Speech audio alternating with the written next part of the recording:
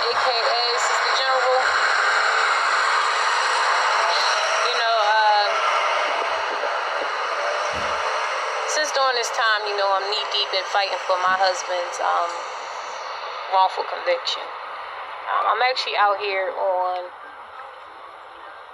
it's actually him calling, but I'm out here on 58th and Belmar where the situation actually happened 26 years ago. Let me give y'all a picture of it. He's gonna call right back.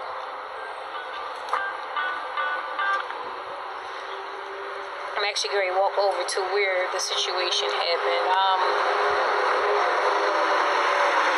In preparation of a news conference that we're having on behalf of Eric Riddick, called by his mother, Christine Riddick, and We the People Know an Innocent Man in Prison movement on November 17th at Myers Recreation Center. This tragedy has, hold on, I'm going to let him talk because he actually just called. Any concern that the person you are speaking with is in mental health crisis or suicidal, please call the I had to get it from behind me. This is where the situation happened.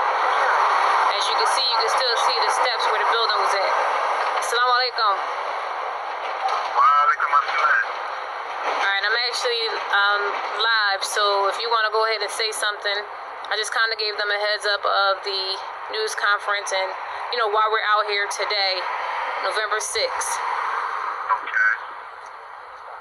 Well,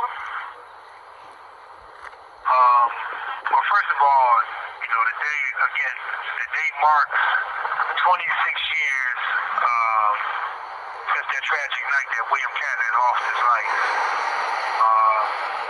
And those events, which subsequently unjustly led me to spend the last approximately 26 years of my life in prison for that crime. But being as though it's 26 years since William Cannon lost his life, again, I want today to be a remembrance of who he was. You know what I mean? A lot of people, or many people, those that don't know who he was, I want to just take this moment just to share big things that people may not even know about this particular individual. Again, 26 years ago, William Cannon lost his life to the destructive events of gun violence. And although, all lives that are lost or that have been lost by way of this gun violence is tragic, that tragedy is exacerbated when the person who loses his life is one of the individuals who was trying to do the right thing the right way. And what a lot of people don't know about William Cannon, first and foremost, William Cannon graduated, very intelligent individual who lost his life too soon. And one who graduated from one of the most prestigious high schools in Philadelphia, that's Black High School. But also,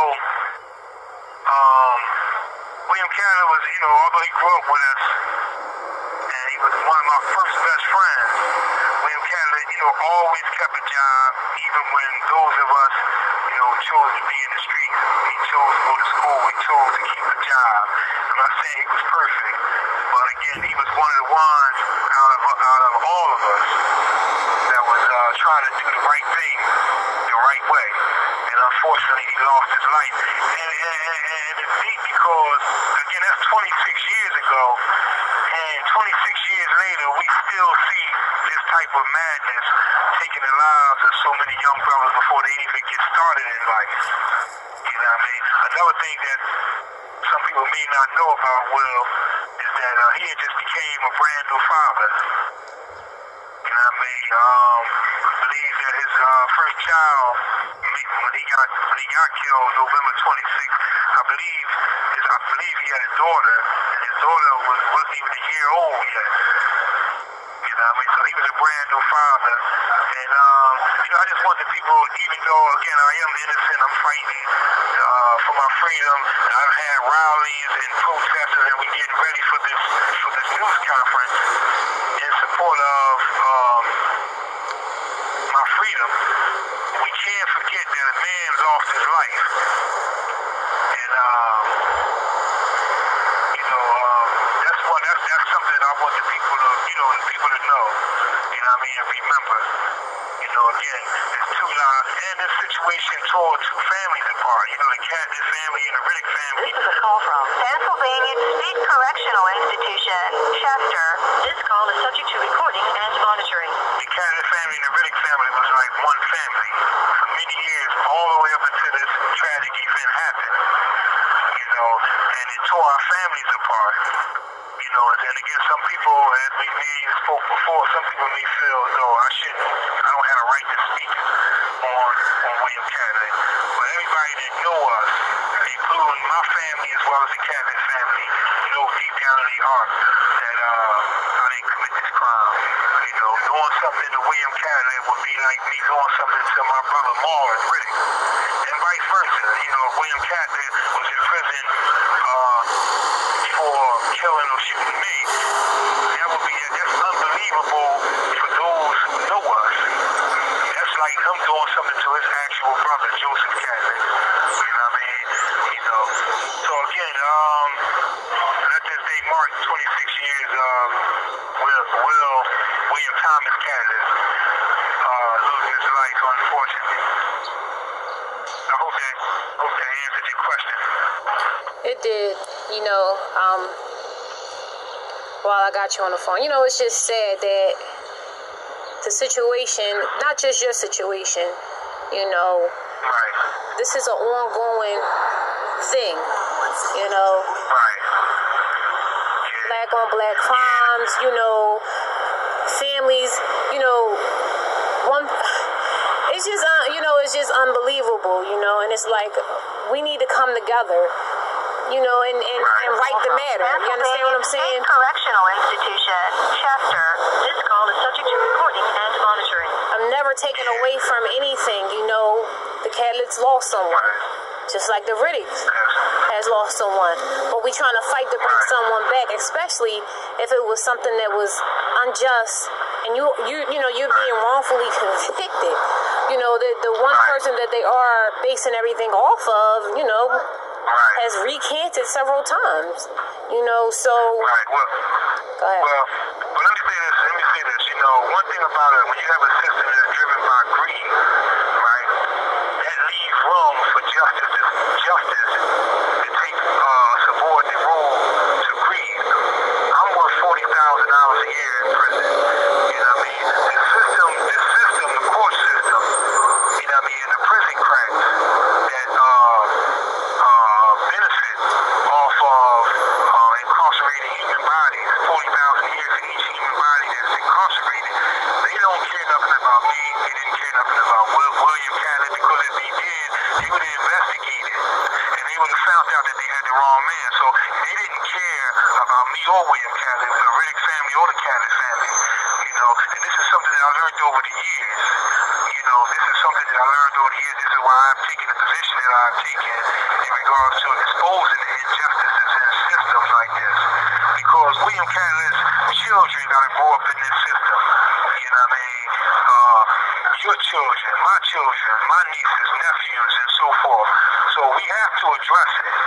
If we're looking for a system that's based off of greed to address the core issues of the social ills that we see in the community, that's never going to happen, because someone in high places is benefiting from individuals going to jail. Keep in mind, those that know the circumstances of my case, they could have debunked the false accusations against me that night when they got information about a balcony. All they had to do is investigate the balcony, investigate the measurements, investigate the distance, and see if any shell cases, and to see if it was scientifically plausible for this scenario that this one individual who falsely accused me stated, to see if it was even scientifically possible for it to happen.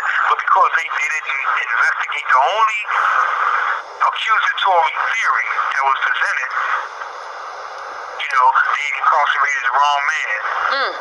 And it's our job now. I'm not looking for the politicians to fix this situation. I'm not just talking about my situation. I'm saying the gun violence that's on the street, that's going on in the streets now, we have to address it. Individuals my age that help lay the foundation for that madness that's going on out there, we have a debt to pay. This is one of the reasons why is Christine Riddick. I'm the mother of Eric Riddick, who's been incarcerated for 26 years unjustly. He's been wrongfully convicted of a crime that he did not commit. We're about to enter the street where my son was doing the shooting, and as we go along, you will see the distance from where he was with 3 alibi witnesses and where the incident actually took place. Alright, you guys, we are approaching Trinity Street.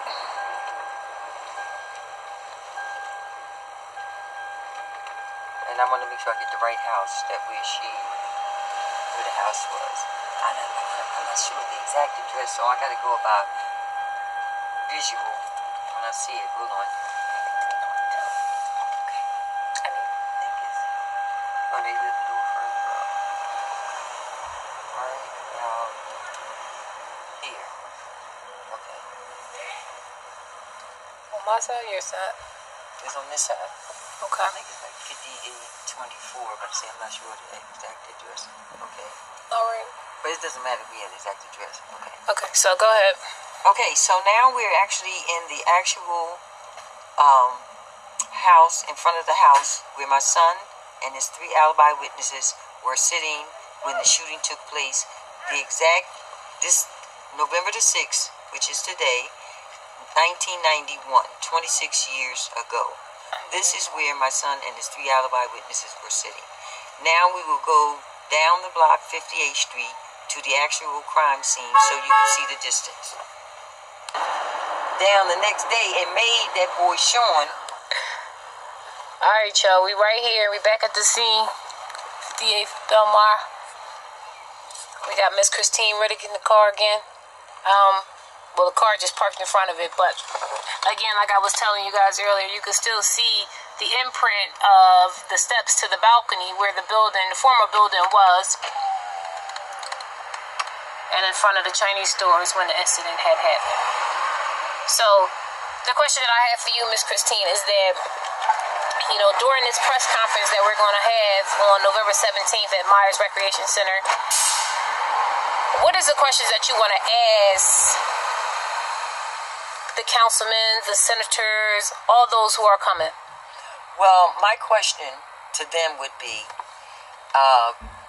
prior to this news conference, a packet of information regarding the facts, the actual facts of this crime was put in their hands or delivered to their offices.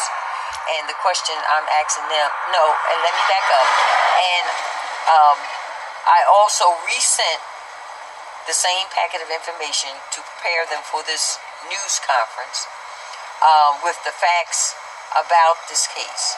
My question is, you have the information. As my elected representative, right, my question to each and every one of you is, you have the information as my elected official. What is your position on the information that you have received? Okay. My other question would be, now that you have the information and the question has been asked, what action, as an elected official, in terms of your constituent, what action do you plan to take now that you've had the information all this time? Got you. Now, just kind of to back up a little bit, give me a brief description of your history, of your activism, yours and Mr. Riddick's, in the community, along with the stores, that you guys have had. Okay. Well, and it's kind of funny because we're actually right in front of the church, Very Long Memorial.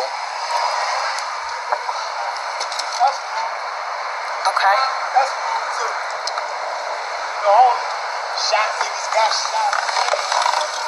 Okay.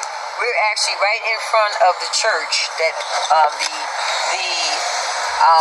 movement actually started in terms of the Marcus Yates murder, the 6-year-old that was murdered at 60th and Springfield in 1988. That murder triggered the conscience of a lot of individuals from this community to organize and physically and verbally say that we're going to do whatever we have to do to make sure that there's not a repeat of a 6-year-old child being shot, an innocent child, and very long is where the organization started. Myself, my husband, an individual named Miss Whittick with a W, sounds like my name, but it's with a W. And at the time, the state representative Anthony Williams, Sharon Brown, and Joseph Purnell, who are the executive directors of that organization now, Neighbors United Against Drugs. And what we envisioned was the community taking an active part, being at Town Watch, doing drug visuals, standing in front of individual homes that have been identified as drug dealers' homes. So we did drug visuals, not just in the Southwest area, but other areas as well. My husband actually identified on camera to one of the news stations a known drug dealer, and he was actually captured on the news with my husband pointing that individual out. We moved in this area around 1969, and the neighborhood, of course, was totally different. It was basically 90% white. My husband and I were the second black family on this 58th Street. So some of the challenges and barriers that we ran into was being informed of community meetings. We were left out. They would not tell us when the meetings were, but we found out and attended anyway. The election process out here was being ran mainly and mostly by the same individuals, and they really didn't want any newcomers. And my husband and I started off first having a polling place in our home.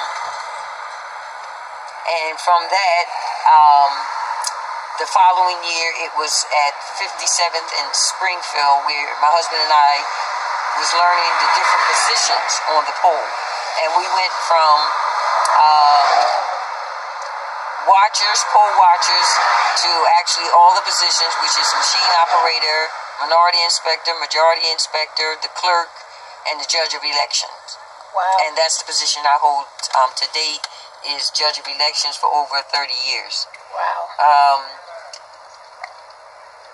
We've always been activists, or understanding that it's all adults that should, all responsible adults should take part in improving the community in which they live, work, or play in. Right. And I've tried to continue that. I was a member, as my husband, who passed at Myers Recreation Center, doing just that, volunteering. He taught African instruments in Myers Recreation Center that he made himself, and that's where he had his massive heart attack. I'm still on the council at Myers. I participate. I do workshops, have done workshops on voter education, and just trying to bring any trainings that I've received and sharing it with the community. I also am a member of the 12th Police District, which looked totally different in 1969. So this has been over how many years? You've been active Oh, wow. Well, I've always been conscious, but the physical activism, oh my gosh, I guess I would really have to say since 1970. Wow. That's a long time. And now, to personalize your own situation, your fight is for your son. Okay. My fight for my son and all my kids, I have three children altogether, is that they grew up knowing that their father and I would never uphold any illegal actions or